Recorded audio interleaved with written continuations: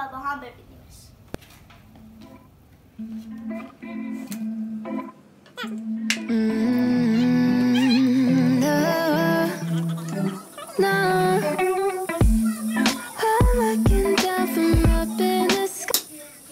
شماها اومدم، من میخوام این میزنجی رو بهتون معرفی کنم.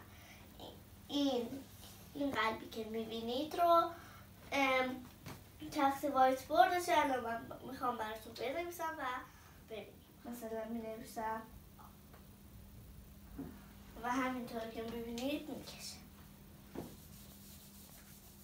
این هم جای کتاب دفترمونه. این میلهیه که مثلا میتونیم یه کتاب بیاریم و بذاریم از روش ببینیم و مثلا دفتر مشق رو بذاریم که بنویسیم توش.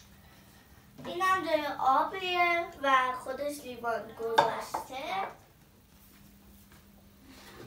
این هم صندلیشه. وزن زیادی تحمل میکنه و تا 120 کیلو میتونه این رو تحمل کنه. ویدیو و آنباکس دیگه. خدا حافظ.